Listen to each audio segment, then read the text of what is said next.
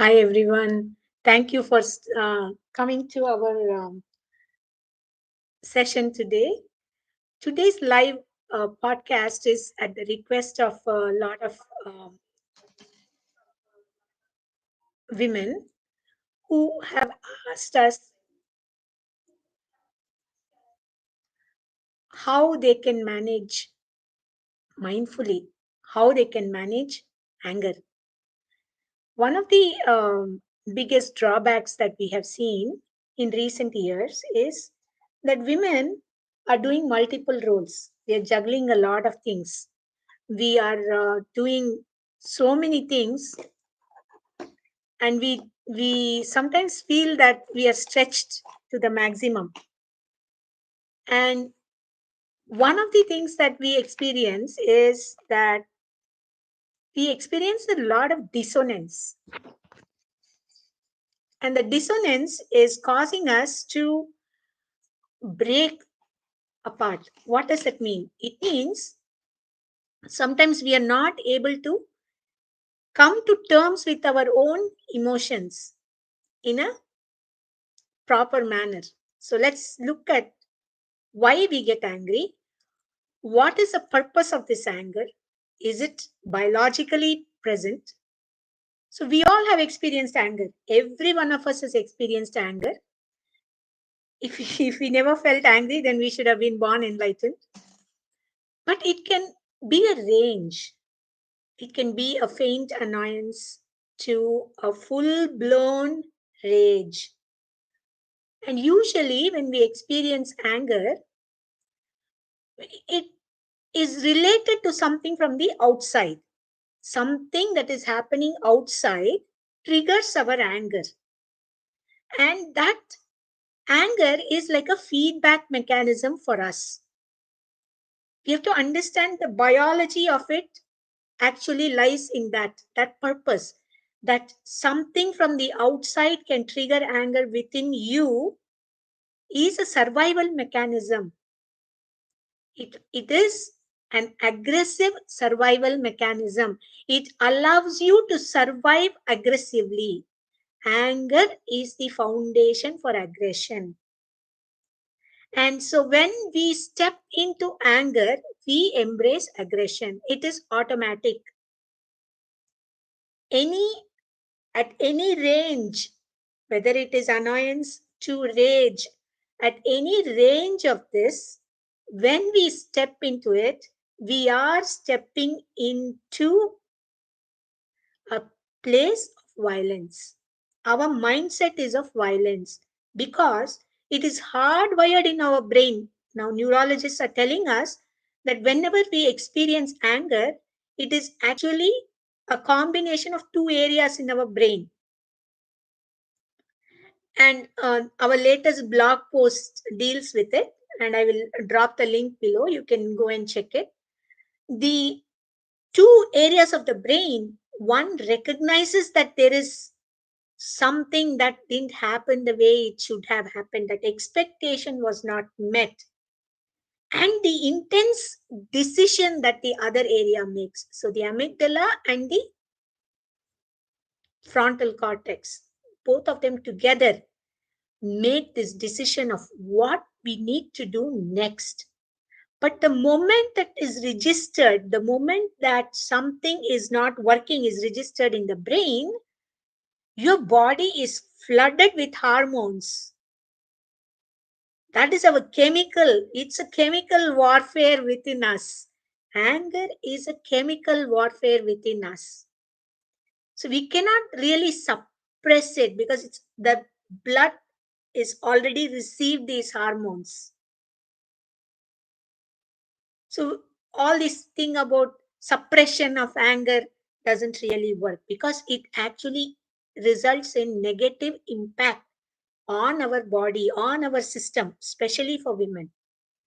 It leads to a lot of heart related conditions. It leads to problems like arthritis. It leads to problems that are psychosomatic. You cannot explain it, but it is happening. We all experience anger. Sometimes we grow up in that atmosphere where it says, oh, Men can be angry, women cannot be angry, right? Like you would hear things like, oh, don't make your father angry no matter what. No, be very nice around your dad. Don't make him angry. Don't do anything to trigger him. It was always, the society always imposes that role, imposes that responsibility, that women have to be the peacemakers. Women cannot get angry. Women have no business to be anything other than peaceful. But in truth, we are also biological creatures. We also experience this intense uh, flooding of hormones just like the male do, right? So we have this intense experience of what is happening within us. But what we are noticing recently is lot of girls, lot of young women, lot of older women are also experiencing and reporting rage because they are no longer willing to tolerate what is being pushed down to them. They no longer want to do have anything to do with that situation, and they are like aggressive, they are violent because they cannot think of any other means to get out of it.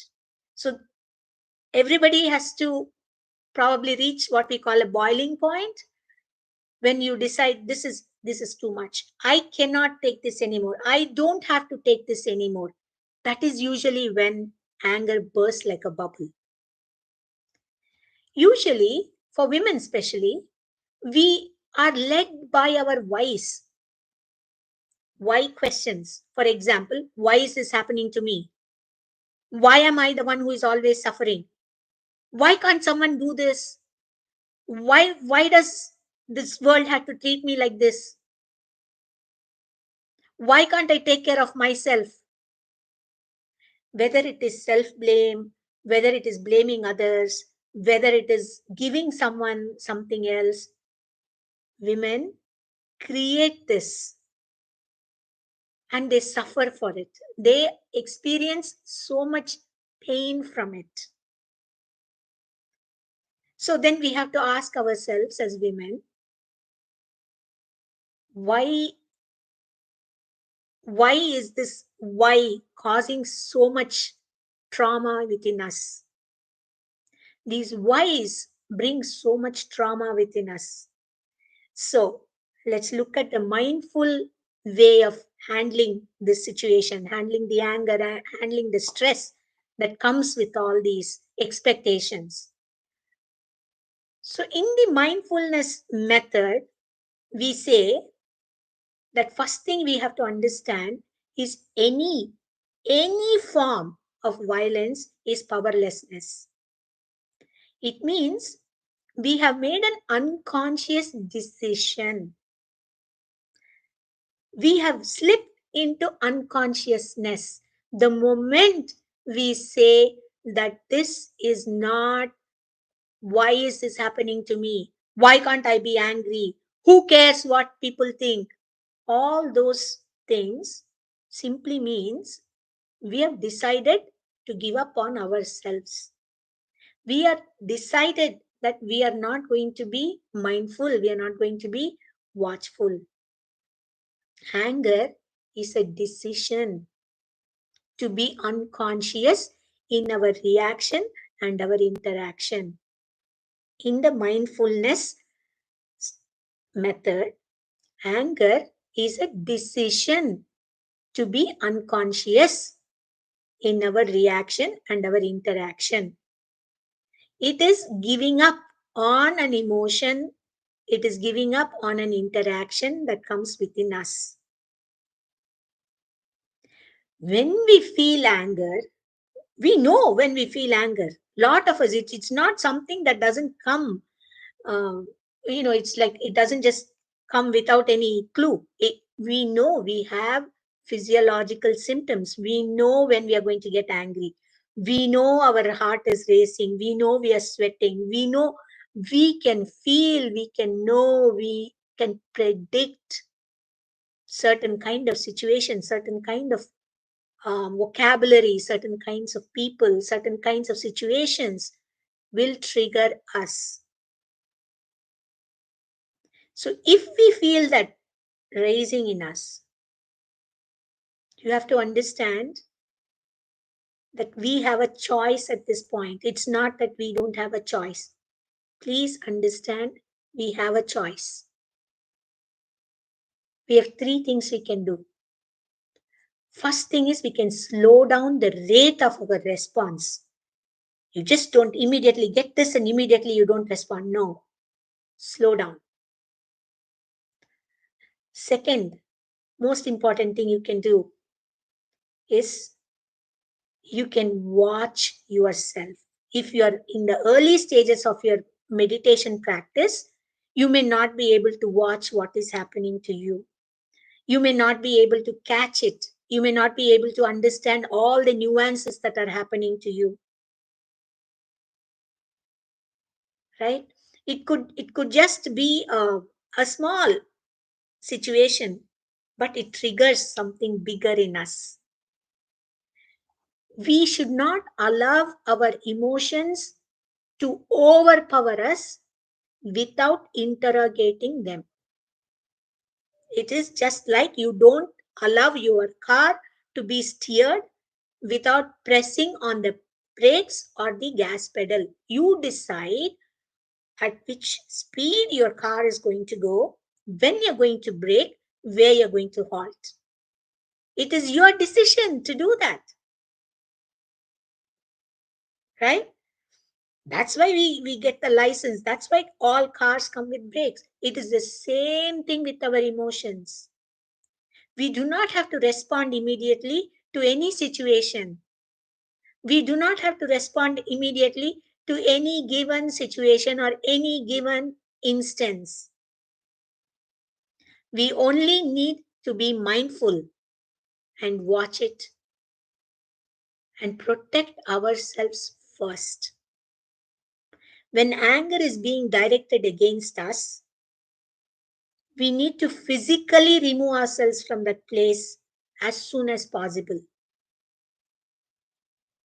Physically, we need to move ourselves out. And in the Sattvic method, we also learn one beautiful way to conquer anger is the moment you feel anger rising within you. All the symptoms, your body, your biology, your physiology is gearing up for a violent response. You can turn it around by doing something more productive with it. For example, you feel anger rising in you because your kid did not do a chore or somebody didn't do what they promised that they would be doing. The best way you could probably handle it is to go run, hit a treadmill, or just start dancing. Put on some nice music and then start dancing. It will be an amazing transformative experience where you turn your energy into something else. Usually, what happens when we sit with anger, anger becomes a part of our muscles. And so, the response to that anger, like somebody turns physically violent with anger, is because they have sat with that anger. They've stewed in that anger and it has now become a part of their muscle memory. So it is an automatic response for them.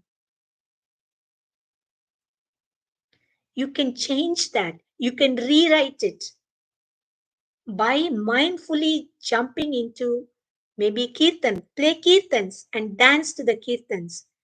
Maybe go for a jog. If you have a treadmill, go for a treadmill. If you can dive into a pool and just swim laps, do that. Do intense physical activity to restore your mindfulness. You have to get back into that space where this anger doesn't hurt you. It doesn't want to cause anything violent to anybody. It doesn't want to respond where it is like, I'm beyond that now. Until then, you have to learn how to manage it through physical methods. Lot of people also do not recognize and realize that people are now hangry, which means they are actually hungry, and they mistake that hunger for anger. They mistake that hunger for anger. So that probably started in their childhood. When I was little, I still remember I used to cry and I used to throw tantrum whenever I was hungry, especially when I came back from school. I would be so hungry and I would just cry, and anybody just touches me, I'll be like, oh, all over the place. It was not until I turned 12 or 13, my mother has been telling me all the time that as soon as you come home, you should eat something. So it will calm you down, and then you can tell me about your day, and you can be, a human again. But I never listened. And when I turned 13, it so happened that she had to go to visit her father, and I was alone. I came home alone for the first time, and then I saw that there was nothing to eat. She only had fruits. Usually, she has some snacks. She makes snacks. She was a stay at home mom, so she really took good care of us. She would make some snacks or something, have it ready for us. But that time, there was only fruits. And when I ate that fruit, I reflected on what my mom used to tell, that you have to learn how to manage it. That week that she was not there was so helpful for me, because I then learned how to regulate it. My hunger, which caused so much violence in me, was actually reduced. In fact, it was eliminated completely by doing it by myself. That is why experience is very important. I can tell many things. I can give you examples. I can give you stories. I can tell you these things happen, those things happen. But unless you experience it, it is not authentic to you. Also, another layer of this anger thing is the power dynamics, right? If it is someone younger than us, if it is someone weaker than us, if we perceive this person as having low value in our life, we feel, I can afford to be angry with this guy. What will he do? He can't do anything. Power dynamics also causes this anger. And women, unfortunately, historically, have fallen into this space of being subject to all kinds of anger and violence. So, society still perpetuates some of these, but we are also responsible for internalizing some of these messages and causing distress to ourselves. It is enormous distress that we have caused to ourselves. So, as we walk on this mindfulness path, there are 4 things you can do. 4 things you can do. Number 1 is change your question. Don't ask questions that already defeat you. Don't ask questions that will already incite more violence in you. Don't ask questions that will make you powerless. Don't ask questions for which there is no satisfactory answer. For example, every time you ask why is this happening to me? Why me? There is really no answer. The best answer for us is to ask how. How can I walk out of this? How can I redesign myself? How can I watch myself so it doesn't happen again? How can I prevent this situation from happening again? How can I learn from this? How will always lead to learning. Why will always lead to your self doubt, or you're questioning yourself, or you're becoming more violent towards self. because you don't feel empowered to talk to anybody else, you will inflict that violence on yourself. Anger, suppressed anger, is inflicting pain on yourself. You are hurting yourself. So, in addition to changing the question, the second thing you have to do is powerfully reclaim your power, your body, your mind, your emotion. How can you do that? It is a simple decision. It is a simple but profound decision. How can you make that decision? Let us say you are waiting for the light to turn green, and somebody, it turns green, and somebody at the back is not only honking, and it also overtakes you and does all kinds of weird things on the road. A lot of people get into this road rage. How dare you do this kind of a thing? But let's say you are practicing mindfulness. Normally, you would feel the same. Hey, I'm first in the line. Why do you want to cut me? But let's say you're practicing mindfulness and you want to start practicing it. Instead of asking, why is this person behaving like this? You will just ask, how can I stay out of an accident? How can I go home safe? How can I be a safe driver? That will be your first question.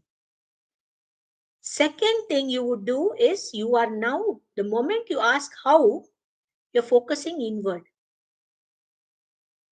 When you focus inward, focus on yourself, you are empowered to make choices. And the choices, you decide. You decide whether you want to progress in this path, chase that guy and yell at him, or you're going to say, I'm going home safe. I have these things planned for today. I'm going to do it. Thank you, God, for keeping me safe. You make choices. You may, now you will say, but already all these hormones are released in my body. What do I do? So you wait till you get to a safe place and then make sure you move your body intensely. You have to be very intense in your body movements. Fiercely dance. Go for a run. Swim like crazy. Jog till you sweat. Do anything, but get that out of your system. Anything that is flooding your system actually impacts all your major organs. So make sure it's out of your system. That is the third thing you will do. So the first thing is you're going to change your question. So your emotions will be more in line to become friendly towards you. Second thing, you will powerfully reclaim it with a decision that I am worth this. I am worthy. I will not take this treatment. I am worthy of being loved, of being respected, of being listened to. Third thing, intensely become physical. Swim, dig, dance, dive, do something intense to remove that muscle memory in you. It will erase that muscle memory in you. Fourth, and the most important thing that you can do after you have erased this is to sit with yourself and watch yourself as you calm down. Sit with yourself and watch yourself. You will see that there are so many steps between that incident and your own reaction. There are so many steps that you can take, so many ways that you can prevent this from happening again. Multiple steps. Mindfulness expands time. Mindfulness gives you a lot of space to act. Mindfulness makes sure that you are constantly in your inner space, powerfully seated in your inner space. So, next time you experience trigger, I encourage you to try all these 4 steps and watch yourself from doing it. We have a course, a new course that is starting on January 14th. That's on the Sattvic body.